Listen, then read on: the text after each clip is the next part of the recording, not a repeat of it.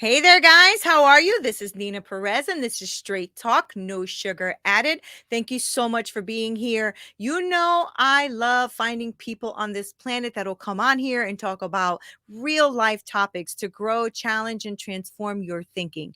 Today, I found Betsy Wurzel, and she is on a mission, and her vision is to help others. And she's the creator and the founder of Kick Alzheimers-ass-movement and the host of Chatting with Betsy. She is passionate about what she is doing, and she has that her show is on a radio talk show, right? It's called Passionate World. Is that right?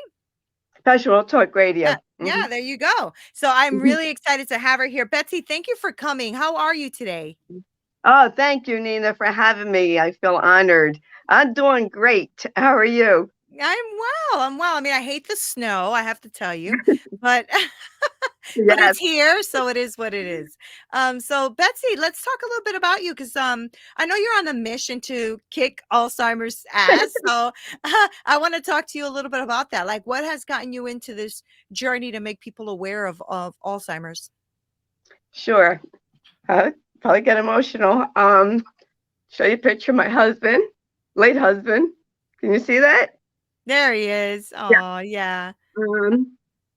That was my husband, Matt, who was diagnosed with early onset Alzheimer's at the age of 56, 12 years ago. And he died January 1st, 2020.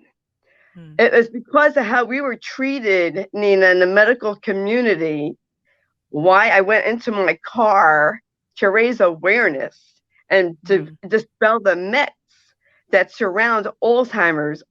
Anyone could get a dementia at any time in their life. It is not an old person's disease. It is not a normal part of aging. And the doctors kept telling us, Matt is too young for Alzheimer's. He wasn't too young. The information just wasn't there 12 years ago. And I had to fight for Matt for diagnosis until the end of his life to get dignity and the proper help at the end of his life. So it's been quite a journey, which, excuse me, changed my life forever. Right. And so what you're saying is that when you first started noticing that there was some, differences in him, you got was he not diagnosed right away? Is that what happened? And that's why you were on this journey? What happened was, it's really weird. I mean, I noticed things at home. I didn't know that things were going on at work. I used to say to Matt, how are you functioning at work? He didn't answer me. And because the HIPAA laws, they're not allowed to tell me everything. So his coworker went out on a limb and told me just a little bit. I took Matt to a neurologist. He had tests. They were abnormal. The company doctor, who I don't know whether she saw Matt in person or not, suspected dementia. I was the first person to sit in on a disability hearing. Matt's company was very good to him. They put him out on short-term disability. I sat in on the meeting and I was just floored by what I heard. Floored. So I had documentation from the company doctor. Okay. I had told Matt's primary doctor in 2009, Matt just happened to have to go to the hospital, about Matt's having memory issues, and the doctor blew me off. Just blew me off. Oh, no, he can't have that. Yeah, he did. Right. Right. Especially if you already had documentation from his job. So it wasn't just a memory issue. This was becoming more than that, right? Because Right. I think all of us may forget our keys here and there. That's different than what you are experiencing if this is affecting his home life, his work life, right? And unfortunately, I think that happens more than we'd like to admit, where people just don't take you so seriously at first, right? So, how was Matt feeling about this at the time? Because I'm sure this was a little scary for him. He was depressed. So they Yeah. treated him diagnosed with depression. Of Mm, course he was depressed. Who wouldn't be if you can't do your job and you don't know where things are and you can't right, function? right, I would be depressed too. And it right. goes hand in hand. But to be blown off, and this makes my blood boil 12 years later, Nina. I wish I knew 12 years ago what I know now. When Mm, Matt was tested by a neuropsychologist, she accused Matt of not being compliant. And she said he can't wow. possibly be that bad.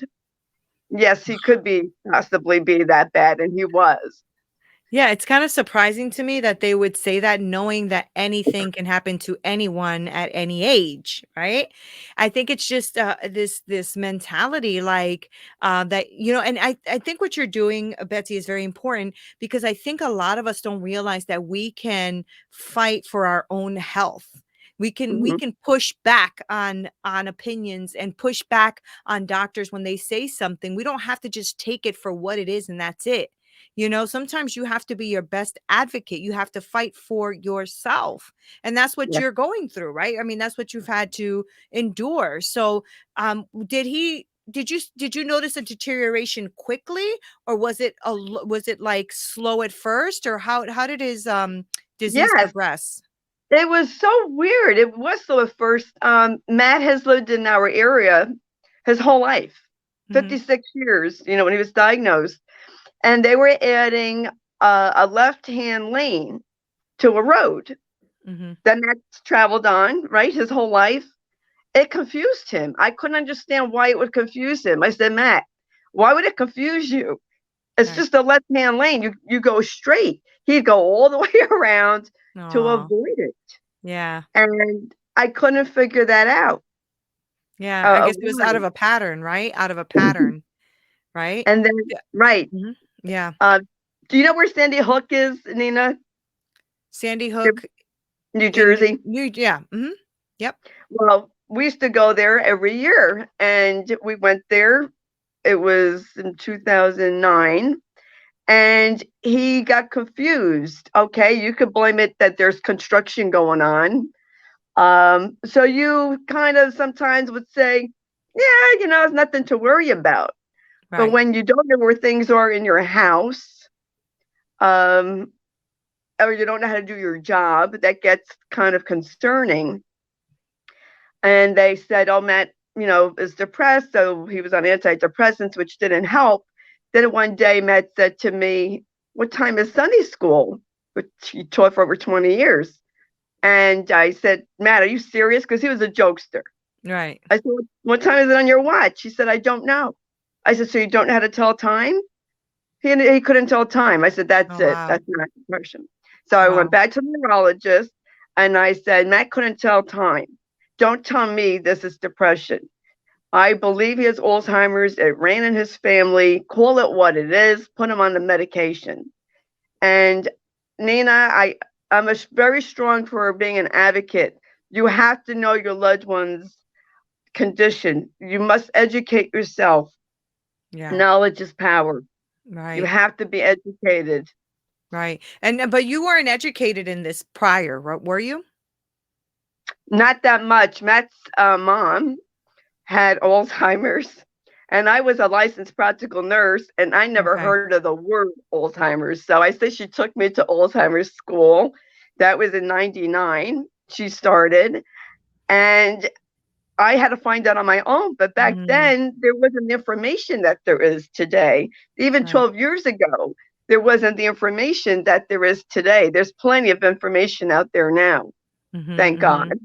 Yeah, thank goodness. So what are you doing right now? Because I know that you started a Kick Alzheimer's Ass movement, right? So I want to Right. know, what was the moment that you decided, okay, I need to do something here. I need to do something. What happened there?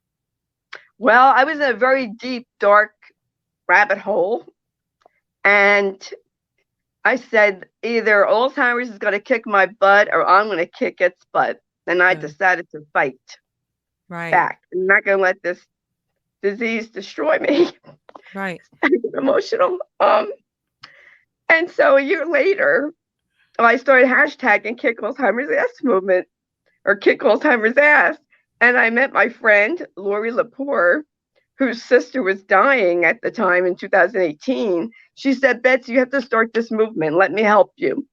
And so we started. I was going to wait till after Matt died, and I'm glad I didn't. And a life coach told me, Betsy, this is your passion. You need to start it. And then I never thought of myself as a leader, Right. but I was. And I decided to start a support group because nobody should ever have to walk this journey alone. Yeah. During their journey or after. I had no support for 14 years. Right. None. Right. Right. And so was it something that happened with the doctors or, with Matt's deterioration? Is that what made you say, okay, I can't do this because I'm not getting help? What was that moment that happened to you? Like, was the doctor telling you you still denying it or what was happening there? No, I accepted it was the doctors that were denying it. Yeah. Yeah. That's kind of crazy to me, but yeah. I Mm-hmm. took Matt to different doctors. One doctor told me to go to Columbia Presbyterian in New York City. He said there's no way he could have Alzheimer's. He's too young. And this is what we heard. And it's not true. You can have it young, but the information 12 years ago, doctors weren't knowledgeable. Now they are. And now Right. they're starting to care about the caregiver. Right. Finally. Yeah. And you know what? It's wonderful that you mentioned the caregiver, which you are. And caregiving, nobody thinks about the caregiver. They only think about the patient. At least that's what now I think people are bringing more awareness to it. And especially during the COVID situation, because more people were home now, caregiving, for their either a child with disabilities or an elderly parent or somebody who was ill. And, I have a cousin right now who's caregiving for her mother who has Alzheimer's as well. And she's drained and she's tired and she's fatigued. And she's like, I don't know how much more of this I can do. It's very difficult, right, Betsy? Yes, it's very, very difficult.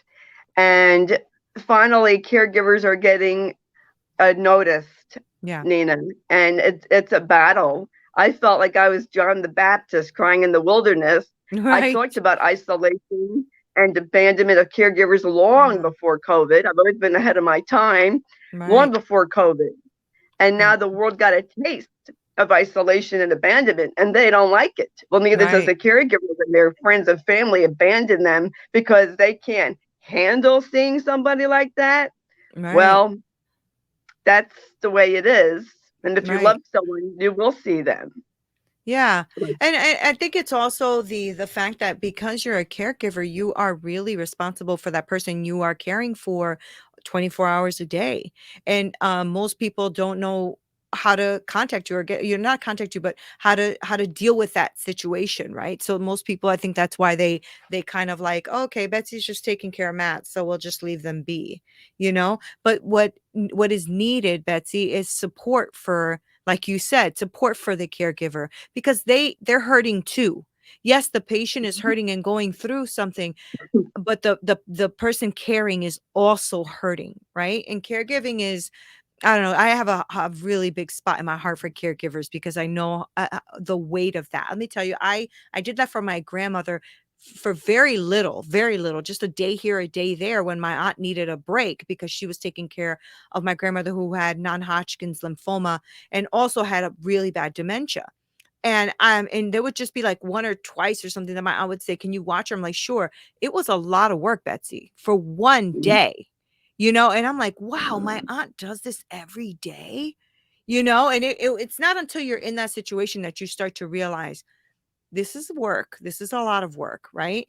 So when you started doing the Kick Alzheimer's Ass movement, you said Matt was still here. Is that right? Mm-hmm. Did he know that Yeah. you were doing it? Did he know? No. Yeah. Matt's, Matt has, I'm so glad Matt kept a sense of humor throughout his journey. I started with on Passionate World Talk Radio in 2018. And when I would I started talking on Jeannie White's show. And as soon as I would start, I say, Matt, you're gonna, be good. You're gonna behave. Oh yeah. Soon as Jeannie would hit record, he would start yelling, Oh my "Stop gosh. talking about me! Stop talking about me!" And then after I was done, he'd call me Booby. Booby, I'm proud of you. You're doing a good thing. Aw. Ah, that's sweet. That's sweet. Did you get to or did you have to like care for him all the way till the end, or did you put him in a home to help you, or how did you handle that?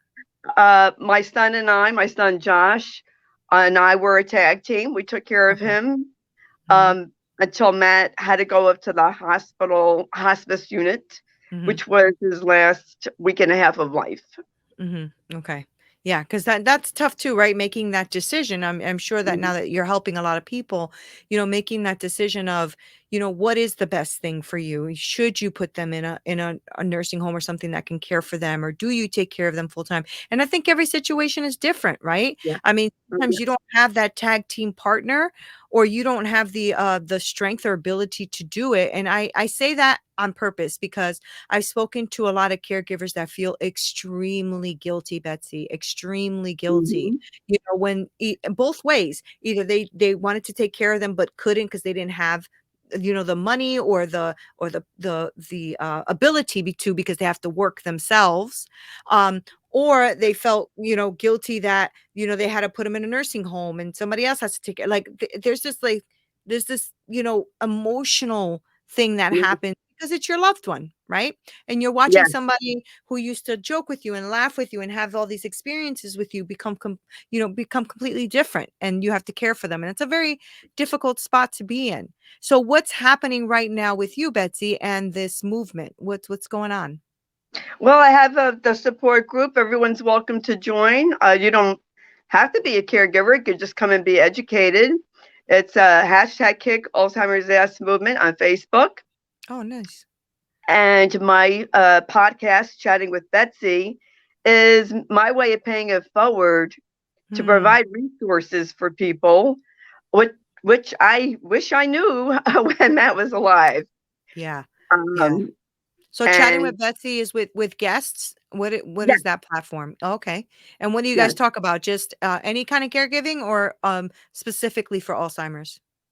No, actually, I have what I call a variety show. I Okay. have interviewed, I started out with caregivers and branched out into talking to people, various authors on different topics. Mm, So I have fun. uh, branched out, which I can't believe. I had to thank Lillian Caldwell, CEO of Passion World Talk Radio. She would send me press releases, and it got me out of my comfort zone, Nina. Thank you, That's Lillian. wonderful. That's wonderful. So, um, you know, before we wrap up, I want to see if there is some word of encouragement or something that you can tell a caregiver right now going through what you've been through. So is there something that you like to pour into people when you're doing these groups? What is it that you would want to tell somebody who's going through something? Because I know quite a few of them and I know they listen to the show. So what would you like to say? I would like to say be an advocate, educate yourself, read about it. I know living with it and reading about it's two different things. Knowledge is power. Go by your gut instinct. If you Mm, do not agree with the doctor, tell them and go to another doctor. Do your research when it comes to hospice. Hire somebody to, if you can afford it, to help you navigate that system. mm, And just go with your gut feeling and enjoy your loved one. I can't say that enough. Don't worry how you're going to handle this stage or that stage. Just mm. enjoy each day with them and love up on them. Oh man, that's some good advice. And I think that's something that a lot of these caregivers need to hear. They can be their own advocate. They can actually ask questions. They can not agree with a doctor. It is okay to do that. And I think what happens is because you don't always know the disease and you don't always know what's happening, you're going to take the experts, word for it, even when it doesn't feel right, you know? So that was a very powerful thing to tell them. They have permission to do so, right? That's great. Oh, yes. That's great. I Yeah. argued. Yeah. Well, you look like a fighter, Betsy. I am. I'm a Spitfire. I Yeah. unfortunately had the hospice from hell experience, and they thought they were dealing with the meek, quiet housewife, and they soon found out who they were dealing with. You don't want to cross me when it comes to my Right. family. Right. And you're also, like you said in the beginning, you said you were an LPN, right? Yes, Right. Yeah. Yeah. So you knew the system and you know better. So I'm glad, I'm glad that you decided to help other people and do something with what you've gone through because that is how we impact the world, Betsy, right? One person at a time. mhm, And you're probably really realizing that in all of your platforms. If you touch one person, you'll probably go home like, yeah, okay, good. I did good today. Right. Makes you feel yes, good. Yeah. yes. Yeah. It's very, very humbling, Mm-hmm. Nina. I feel very blessed. When I went into my car to do videos, I never thought anybody would listen. Right. And the responses was like, Betsy, you're saying what we're thinking, but we won't Mm, say it. And for someone to tell me, you're my hero or you helped me, just I get verklempt. It's yeah. just overwhelms me with emotion. Yeah, I bet it does. I know that feeling, and I'm really happy that you did that. And I also wanted to point out that you did it in your car with your phone, right? People always think that they have to do like this big thing and have all this setup, and you don't. If you're going to talk about something that you're really passionate about and something where you want to pour into somebody else's life, people don't care that you have the best microphone and the best camera. They care about what you're saying and how authentic that is to them, right? Did you find that? Yes, yes. Yeah. I always wanted someone to have me on their radio for an interview. Mhm. And Jeannie White saw one of my videos on Facebook, and that's how we connected. And I was on her show. Then she asked me to speak weekly on her show, which I was never thought, that would happen. And then she gave me Mm. my own show like 14 months later, which I Wow.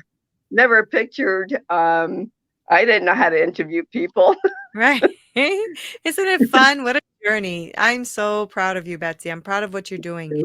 So, all right. So before I let you go, I just want to make sure we got the right info. So just give us everywhere that people can, follow your movement, follow you and stuff like that, because I know I have caregivers that are going to want that information. So go ahead and drop to me everywhere we can like support you and find what you're doing. Sure. Facebook, hashtag kick, alzheimers-ass-movement. You can follow me on my Facebook page, Betsy Wurzel, Wurzel.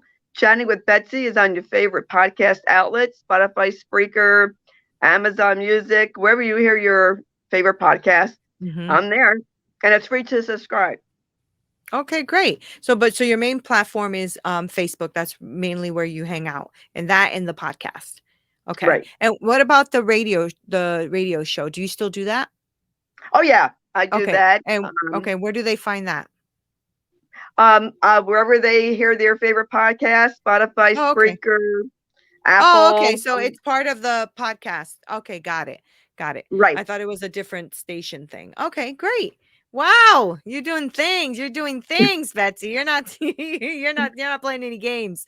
But I'm really grateful that you came on here to talk about this. And I'm really grateful that you're doing something about it because that's to me that is everything. That's why I have people on here because it's one thing to go through something, it's another thing to use that to impact somebody else, and that's what I love. So thank you, Betsy. I appreciate you. I really do. Oh, thank you. Appreciate you, Nina. I have to say this, folks, you can survive caregiving and Yeah, you can thrive. I did it. You could right. do it. Yeah, Contact me if you need help. that's awesome. Ah, and I'm gonna end it right there because that was a beautiful thing. And you're right, you can survive this. And Betsy's here to help you along. So if you really want to contact her and like really communicate, go ahead and go on to the hashtag kick Alzheimer's ass movement on Facebook, and go ahead and be part of that group and reach out to her. I'm sure that you can message her from there and the whole thing. So this would be a fantastic way for you, especially the caregivers, to find a support system out there, to know that you are not alone in this. You are not alone in this. So thank you guys so much for being here and watching. This is Neena Perez. This is Straight Talk, no sugar added. Until next time. This broadcast is brought to you by Winject Studios. We are an all-in-one educational platform for podcasters that revolutionizes how hosts leverage content to increase engagement with listeners, downloads, and income. We come together to focus on community, collaboration, and collective impact. For more information on how you can interact directly with our hosts, access exclusive live content with offers you can't get anywhere else from our official partners, join our purpose-driven community by visiting www.winject.com. If you're ready to build a career doing what you love, then we're ready to see you there.